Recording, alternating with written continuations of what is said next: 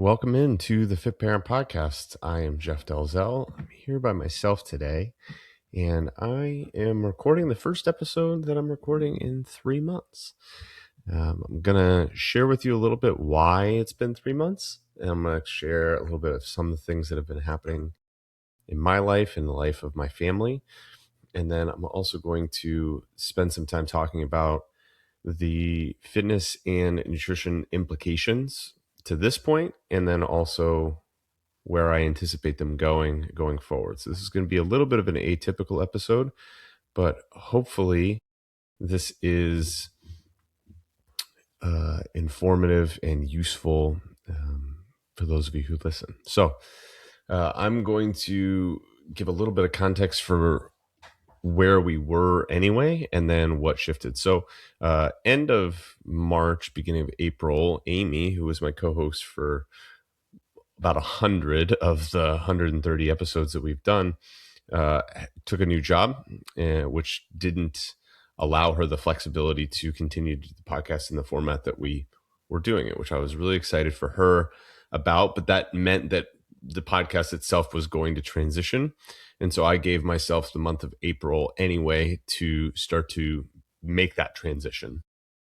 And then right around when I was going to start thinking about what does the next iteration of this podcast look like, we got some news as a family. And oh wow, it's still beginning of May, fairly early in May, we found out that my wife has breast cancer.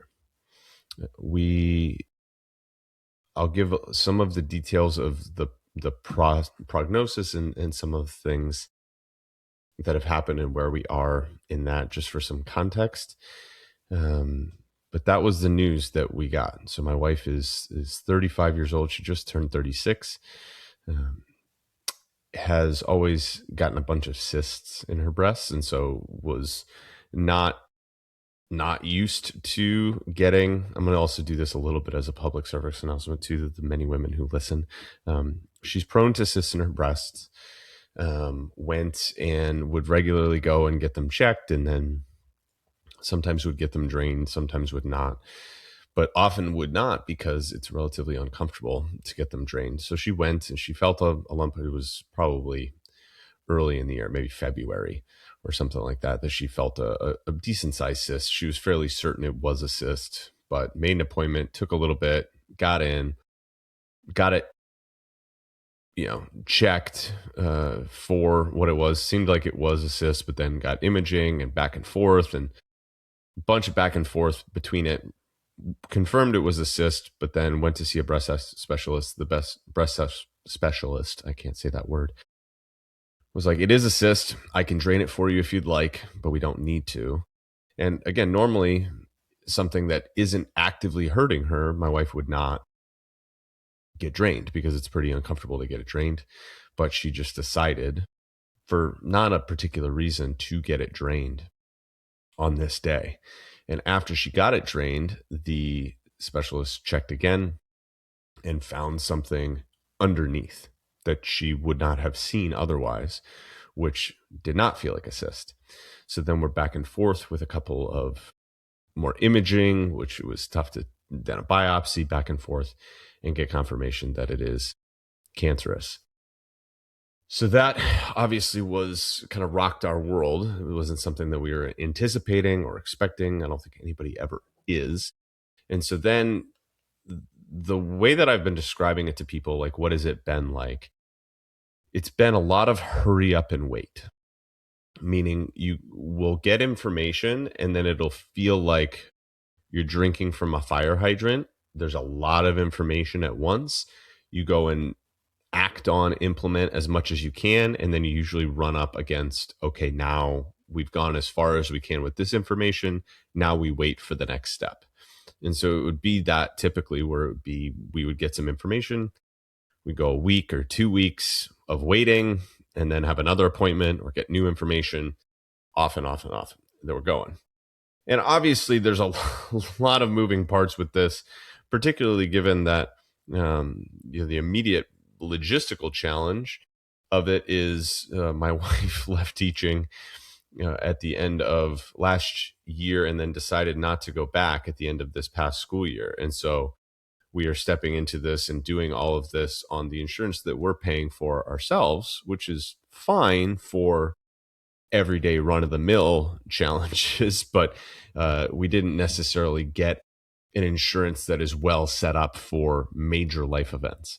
And so there's obviously the challenges of what places are covered and what doctors are covered and what hospitals are covered and finding a good care team that we feel really good about.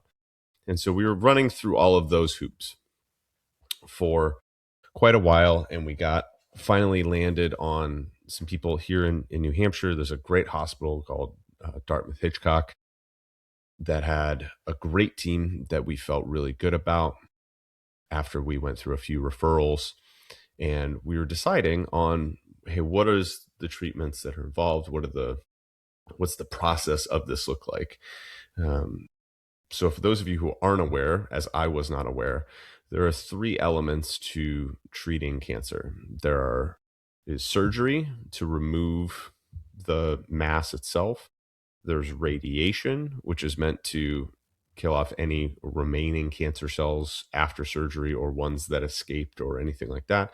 And then there's medical oncology, and that is where chemo or hormone therapy comes into play. And that is kind of globally to make sure the cancer tries not to pop up in other places in your body. I didn't really know any of this, but we're learning all of this through the different things. And so we found a surgeon who we really liked, and we were deciding what surgery makes the most sense, because there was a lump, but after some imaging and different things, realized that there was a lump, and then there was also a smattering of what they called satellite masses, which were smaller kind of pinprick ones throughout her breast that would have been really challenging to remove in and of themselves. And given the fact that she is young and has these, is prone to these cysts, the way that we would have to monitor this going forward would be regular twice a year imaging. And even the imaging, as we experienced, ultrasounds and mammograms were sometimes inconclusive. The only imaging where there was real clarity on the issue was the MRI, and she did an ultrasound and a mammogram before the cyst was aspirated by the surgeon, and you couldn't see this mass underneath that because the cyst was hiding it. And so we would always just kind of, I think, feel worried that there was potential for this to recur again, and certainly that we would miss it. Now, the mass itself, like the prognosis was relatively positive. There were some, things that were not the best, I guess, that would come up. And forgive me if I'll be honest with you as I'm going through this and sharing. I have not done this in a context other than telling friends and family. And I'll say why I'm sharing here in a little bit more. But we are going to, as I'm recording this, we're planning to share this publicly as of today. And so I don't know when this will go live, but if there are people who will want more context instead of me trying to explain to the masses, I'm going to share this, but then also share a little bit of my experience on the heels of it. So I'm still figuring out how to tell this story, and I'm also trying to navigate my own emotions in it so that I'm not overly vulnerable with my sharing here, although I'm trying to be honest. So made the decision to get what's called a double mastectomy, where they remove both breasts and all of the tissue there, so that you basically, it would be very unlikely for you to get breast cancer again unless you got it in, some of the remaining tissue, like on the, the skin, basically the last little bit underneath. But they basically take it all out, and then they do a reconstruction, at least an initial reconstruction, is what we opted for. And then there will be potentially subsequent reconstructions after the fact. So we went through all of that, and that was planned. She had that surgery on July 1st. I'm recording this on July 21st. So we are one day away from being 3 weeks post op. And people have asked how the surgery went. And it is, again, very much the hurry up and wait, meaning the surgery went as expected and as well as we could have hoped that it would.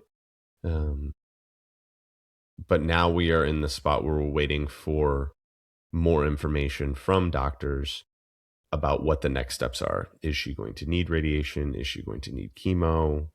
Some combination of the two, or none of it and just get hormone therapy? What is the deal with that? We're waiting to hear about when the next reconstructions are going to be. And then all in the meantime, she's recovering from this fairly substantial surgery.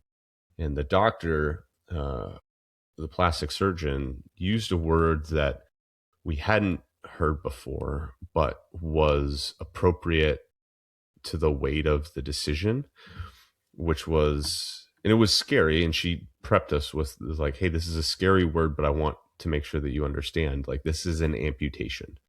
Like, we're amputating your breasts here. And I think that that was a scary thing, and for a lot of reasons. And so that's where we have found ourselves in this moment, is navigating the challenges of a post surgery where she's not allowed to lift more than 5 pounds. She's obviously really sensitive, so being around the kids can be hard because they're still young and don't fully understand, and we're not necessarily telling them why mommy had surgery. We're just saying that mommy had surgery and she can't lift you and her chest is sensitive, so we got to be careful. But they're 4 and 6, so they sometimes forget and are excited and get wiggly. And so there's all of those challenges. There's her pain levels and discomfort that she's been navigating. She hasn't been able to shower for nearly 3 weeks because of things that are happening post-op. And so there's a lot of things. She's exhausted. So all of that in and of itself would be one challenge. And at the same time, we find ourselves in this limbo of we won't know until later next week, where we could be all the way on one end of the spectrum where she just has to take a hormone pill for 5 years, or all the way to the other end of the spectrum where she needs both radiation and chemo and everything in between. And so we just have this sort of unopened box of possibilities of what the next steps are. And that has been basically every step along the way of, we get some information, but then we have to wait for the next piece of information, and then the next piece of information, and the next piece of information. And that's been really hard mentally to wrap our heads around, because it's an odd thing when something like this has happened, at least for me, because this is this major thing that's going on in our lives. And at the same time, normal life is still happening. Like, we still have 3 kids that are navigating their things. It was just a interesting timing, but this early part of July is always a super busy time for us, because we have my wife's birthday, we have our anniversary. It was our 10-year anniversary a week and a half ago. It was the 4th of July. Not that that's on the same level as those, but it was the 250th celebration of the 4th of July. So a lot of people were doing a lot of cool things, and that was 3 days post-op for her. So we were just at home resting, and it's been great weather and summertime and trying to do all of that. And the kids have been navigating different things with summer camps, and it was BBS at our church this last week. And so we were navigating that. And so a lot of normal life is still happening while we're also figuring out this major thing. And that's been hard to navigate, I'll be honest. And especially because there's so much uncertainty and unknowns. And so it's hard to plan or make decisions because we don't know what's going to happen. And so it's a lot of, that's future us's problem, but it's hard to not live in that in the present. So that has been what has been happening, what we've been navigating. Um, and part of the reason why my return to this podcast has been put on the back burner. I want to say a couple of things about my wife, and gonna, I,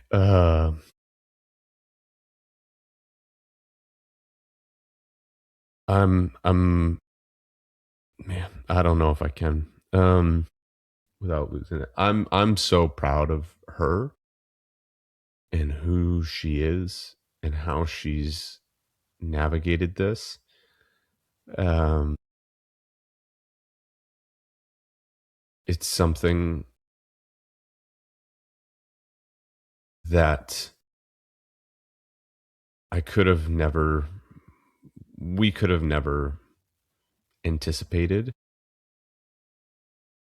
But the conversation that she and I have had amidst it is that we have been through many trials and challenges in our marriage. Certainly none like this, but many. And we have been able to be really united in it. And I'm so grateful for her that she has allowed me to be in it with her, because it'd be very easy for her to shut down or shut me out. And she's allowed me to be in it with her. She has, and it feels cliche to say this, but it's so true. She's been so brave amidst it. Like, all of these things are incredibly scary, especially something like I'm going to step into the scary thing of the double mastectomy, the more aggressive treatment, so that I feel a little bit better about what next steps can be. She has done everything she can amidst this to take care of herself and still try to take care of the kids. And at the same time, I know she's scared, as I am. I know she's in pain and tired and exhausted. And she's just doing an incredible job. And it's also been a fun reminder of some of the things that I really love about her, is how we've been able to kind of cope with this and navigate this. Is we've had our fair share of dark humor between the two of us, and jokes that we've been able to do with friends and with each other, and give each other a hard time, and just be united in it. And so I'm just grateful for her. Now I want to share a little bit of some of the ways that has affected me and things that I'm learning about myself in terms of caring for other people and fitness and health, and all of that amidst this. Um, this has been a hard season of a couple of months for me with taking care of myself, particularly the last few weeks post surgery.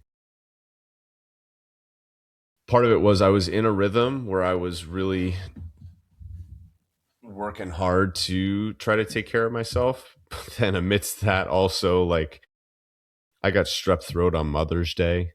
And so, like, wasn't able to take care of my wife on Mother's Day. And I was traveling, and there were a few different things happening. And so it was a challenging beginning of May tacked on to the diagnosis. And Mother's Day was 7 days removed from the diagnosis, maybe a little bit longer, 9 days removed from the diagnosis. So, like, not the best one for me to be down and out. I tweaked my back on Father's Day just walking from the kitchen to the living room. Like, just kind of did something weird. I think I slept on it weird, and my back was really a challenge for the better part of a week. And so those types of things were challenging to navigate. But I've been trying to do what it is that I tell all of you to do and all of my clients to do, which is, hey, I have to take care of myself so that I'm able to take care of the people in my life, particularly my wife right now, my clients and all of that. However, there are times when, and I share this with clients, that we have a fixed amount of time. We have a fixed amount of bandwidth, and we have to prioritize certain things. And I will be honest, in the ways that I have maybe made decisions that weren't aligned with the way that I would have liked them to. Meaning, I prioritized oftentimes the urgent rather than the important. And that's not saying, I'm not talking about her appointments or anything to do with that, but the urgent meaning, hey, we have these crazy bills that are coming due for these surgeries. I need to go work more so that we have enough money to cover these bills. And that is an urgent thing. But am I actually making significantly more money by sleeping in the extra 45 minutes? Probably not. But really what it came down to was I started to opt for things that were temporary fixes rather than long-term fixes. And this is the cycle that we can get into. And so I want to share that I have been struggling with this, even as somebody who does this professionally and who sees that this is a pattern that happens with a lot of folks, to help maybe other people recognize this challenge, which is, when I'll speak for me, but I think this is a general, when we are faced with stressors, when we're faced with challenges, when we're faced with things that make us feel a sense of overwhelm, we immediately look for ways to relieve that. And when we're brimming, when we're at the absolutely top of our bandwidth, we need something immediately. It's like if you're in a lot of pain, we either need something that's going to immediately relieve the pain, or something that's going to fix the pain long term. And the stuff that fixes the pain long term doesn't often give immediate relief. And so sometimes we have to put a Band-Aid on it.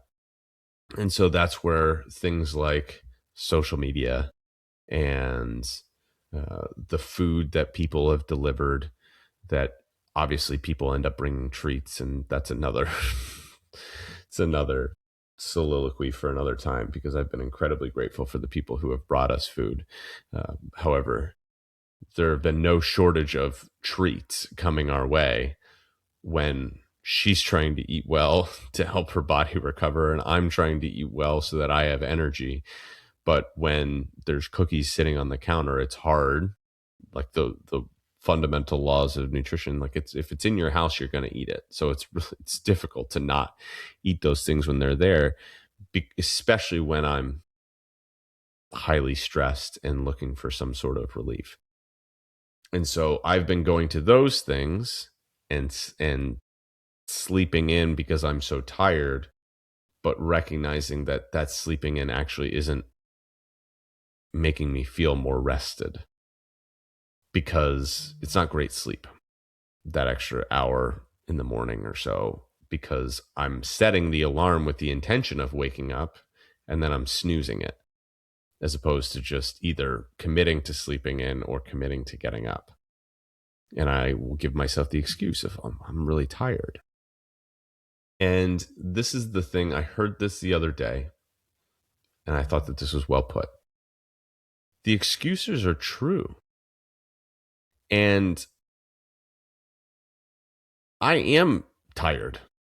I am overwhelmed. I do have a lot going on right now.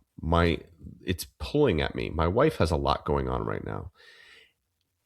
That is a true thing.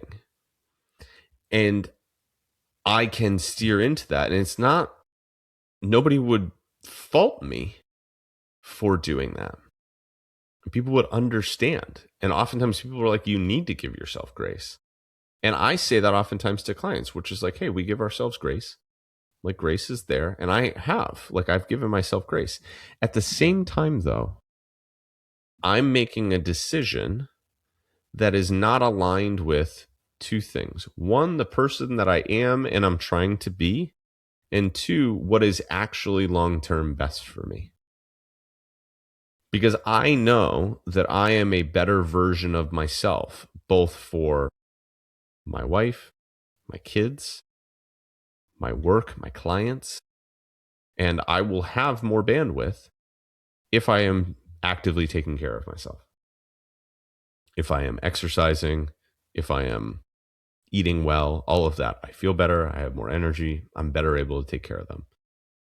So even when I'm exhausted, finding a way to get up, I'm going to have more energy throughout the day doing a quick 20, 30-minute workout in the morning rather than doing poor sleep and snoozing the alarm a bunch of times.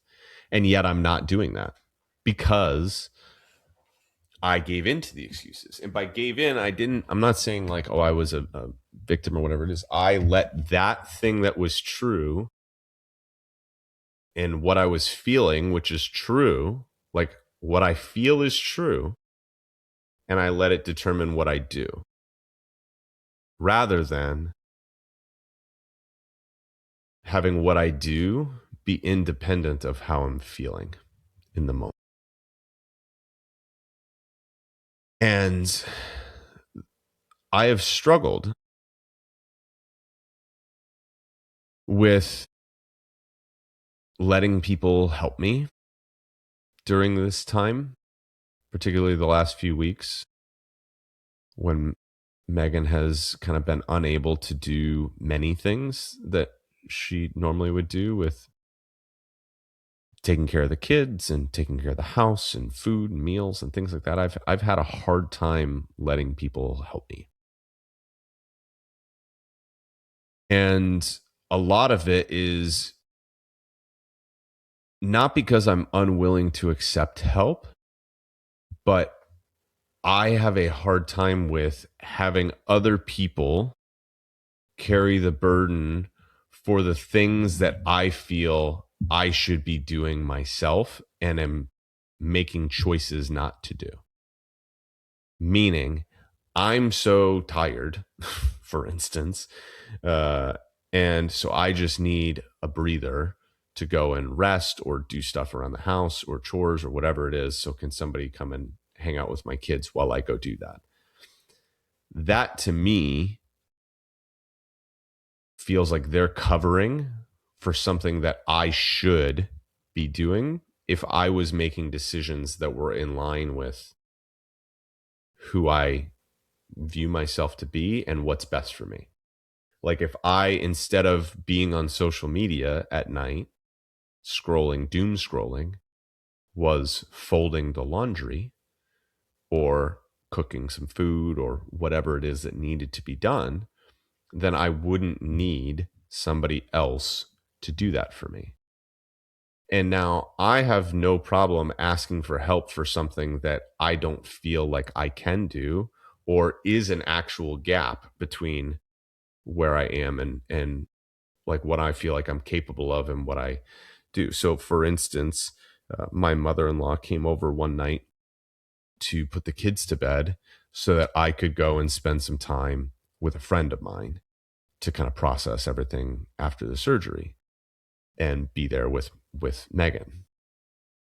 That was something I had no problem asking for help with because I couldn't leave the house without somebody else being there.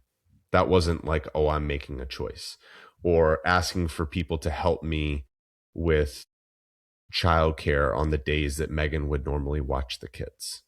Or when we had VBS last week, asking for somebody to help me with a drop off or a pickup because I had to work during one of those times. I didn't have a problem asking for help for that because that wasn't something that is a direct product of me making a choice that's not aligned with, that's just the confines of the circumstances. But asking for help for something that I could have helped myself with, that's where I'm having a hard time, because that feels like other people are covering for things that I am responsible for. And I know that people are willing to.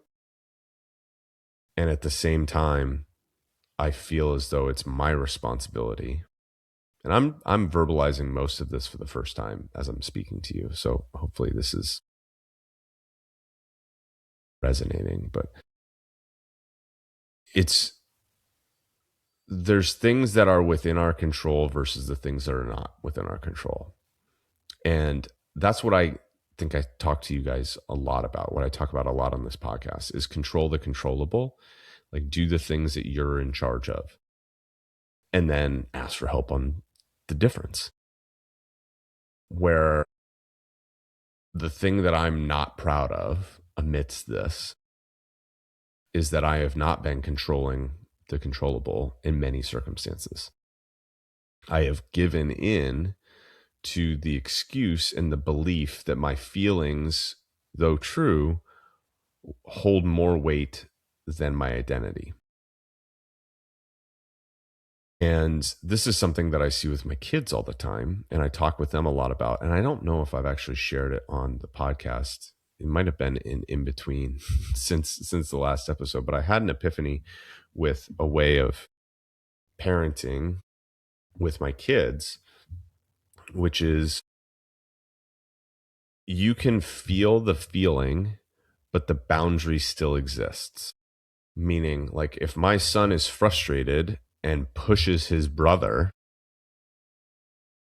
you can be frustrated. You cannot push your brother. And so the point of connection, and I said this actually in a post just recently with my daughter, I had this experience where she was in the car and randomly a toy went off and made a noise. And she goes to the toy in a silly voice, kind of like from Schitt's Creek. And she goes, "You shut up." And I was like, what in the world? Like, I've never heard her say that. My wife and I don't say that, even jokingly around the house. I was like, what are you? And I immediately responded with correction, with the boundary by saying, like, don't say that. We don't say that. And then I tried to connect afterward and be like, hey, where did you learn that from? And I never got that from her because I started with the boundary. I didn't connect first. So connection before correction. And that's what we do. Like, hey, I can appreciate the feeling. The feeling can be true. The excuse can be true. But that doesn't necessarily permit the behavior on the other side. Like, the boundary still needs to hold. So I can be tired. I can be overwhelmed. I can be dealing with a lot right now. And all of those things are 100% true. And anybody who's like, hey, you got a lot going on right now. I do. We do. My wife does. My wife has more going on than I do because she is obviously dealing with all of this in the physical trial of what's happening and the fear and all of those things that she's navigating. And she's also a wedding photographer. And so she's trying to deliver for the weddings that she's already shot and plan for the weddings that she's going to shoot in the fall and all of these things that are coming up for her. And she's navigating that. And all of those feelings are true. And at the same time, even though she is tired, she's like, I am tired and I still need to deliver for these people because that's what I said I was going to do to the best of my ability. And if there's a gap where like I physically can't do it, then I can communicate that. But if it's within my control, I'm going to do it. And that's where I'm at and that's the thing that I've been having a hard time with is I have not been controlling the controllable in many things. I think that I don't want to come across like berating myself for how I've handled the last few months. I think that and it's hard, like, I think that there are many things that I have done that I am proud of that are aligned with the person I'm trying to be and the person I'm looking to become. But what has happened is that amidst all of that, I have let the things that I'm doing create a narrative for me that gave me permission to not do the things that I know I need to do that I've actually said that are important to me. Meaning I have steered into a little bit of my own sob story. And I'm not proud of that. I've been like, man, I am doing a lot. I've like felt sorry for myself or rested on my own laurels. Like, oh, I deserve this. I'm doing so much. Like I deserve to rest and sit and scroll on social media. And I don't think that either of those things are true. That's a narrative that I've created for myself. Like, I don't think that it actually does me much good to give myself permission to not do the thing that I know that I need to do to take care of myself so that I can better take care of those people. Because if I'm sitting here feeling like a victim, then I'm just going to create more of that. And that's what's happened when the cycle has been, I'm tired because I'm doing a lot. So then I give myself permission. That might be true, but then there's a fork in the road. All right, I'm tired because I'm doing a lot. What do I then do from that, right? Do I One option is I believe that truth and I let that determine my actions, or I believe that true as true and I don't let it determine my actions. What I've done is I've let that determine my actions. So then I do something that actually leaves me more tired and separated further and further from the person that I'm trying to be scrolling on social media. Because I don't get more energy from scrolling on social media. I get an immediate dopamine hit, but I don't get more energy. I get more tired. And then that leaves me more tired. And so then, one, the trigger has happened. When I'm tired, I go to this immediate gratification. And so then I'm more likely to take that trigger again, that activating incident of being tired or overwhelmed or whatever it is, to go for the immediate relief. And then it creates momentum. But I also makes me more tired and gets me further away from the person I'm trying to be. Because every time that I make a decision, I forge a path in that direction. It's, if you think about forks in the road, if I'm in a maze, forks in a maze, and I have a choice at a fork. I can go right or I can go left. And left actually brings me toward my goal. Right takes me away from my goal. If I make the decision to go right, and then I come to another fork in the road, and then I choose the wrong direction again away from my goal. Now, everything that in order to start making the progress that I could have made by taking the right decision at the original fork, I have to walk back 2 additional things. So I'm further away, and it's that much harder to get back into it. And so I went a couple of weeks without a solid workout. Like I did a couple of very quick 10-minute, like I just moved my body sort of thing, but not with any sort of intention. I had a plan to do longer workouts, and then I again let myself give in to, I'm tired, I can't do this right now, and I opted out of the rest of the workout.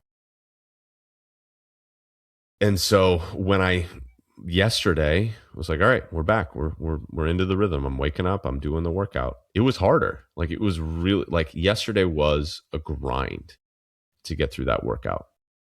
And then when it came to nutrition, like I had been doing a lot more takeout as a result of this instead of cooking some food. It's not more effort for me to grill up some chicken than it would be for me to go through the rigmarole of ordering much food. It's not that much more effort, honestly. But I just gave in to the excuse that was true, which is I believe this.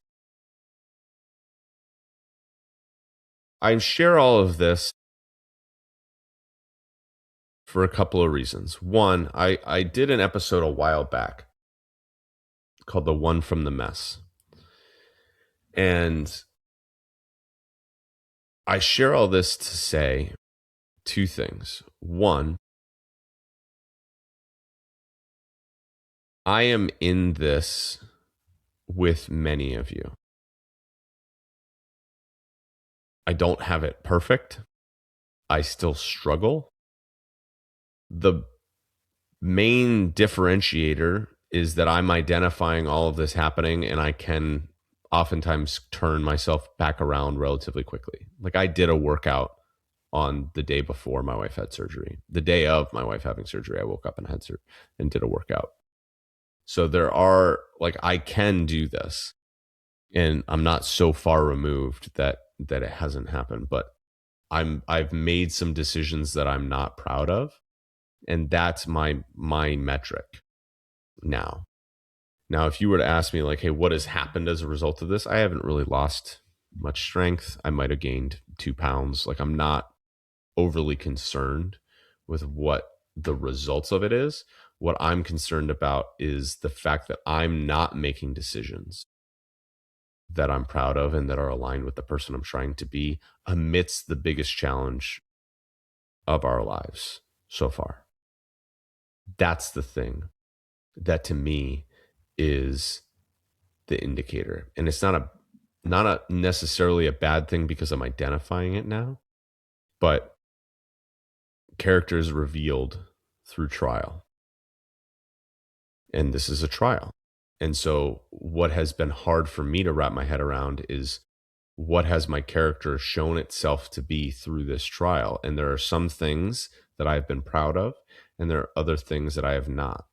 And so this is a place where it's been pointed out to me by my circumstances that this is something that I need to intentionally pursue so that the felt urgent doesn't crowd out the known important, so that I'm better able to take care of myself, so that I'm better able to take care of my wife and my children as we go through this. Because this is not, as sometimes I will catch myself believing, an acute challenge, meaning this is just for 6 weeks while she recovers from this surgery. And I can give myself grace for these 6 weeks. Like, no, this is going to be a long challenge, and there will be things that are unknown, and I don't know what's next. None of us do. So I am going to not put off taking care of myself for a time when it would be more convenient for me to do so. Because the exact reason that it's hard for me to do it right now, and this is what I say to you all the time, is the reason that I need to. Because if I won't do it now, what was it all for? And I'm not doing this because I'm trying to change my body composition or get leaner, build a ton of muscle. That's not the goal right now. That's not the standard. The goal is I'm going to take care of myself. I'm going to move my body because I know it's good for me. I'm going to make sure that I'm staying strong because I'm going to need my strength. And I'm going to prove to myself through my actions that I am strong and I do hard things. That's the benefit of me training right now. I'm going to prove to myself by taking care of the things that I can control that when I ask for help, nobody's covering for my own deficits, but people are actively helping in a place that I can't. Because at the end of the day, how I navigate this with my wife is going to be the indicator of the man that I am and the man that I'm becoming.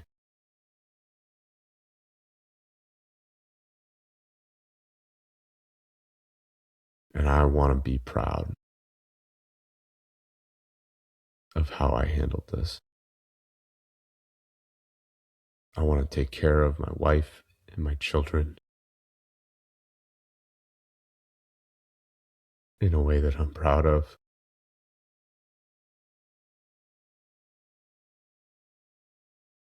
And I don't want there to be any doubts or regrets when I look back that I didn't give it all that I had. I don't know what the next iteration of this podcast is going to look like still. I don't know when I'll publish again. I don't know what updating will look like from this. There are many unknowns.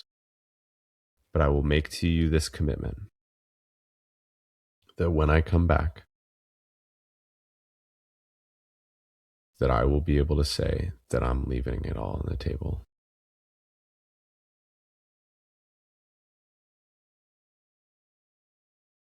Because that's who I am. I appreciate you listening. If there are ways that I can help you right now, please feel free to connect with me over on Instagram. Shoot me a message.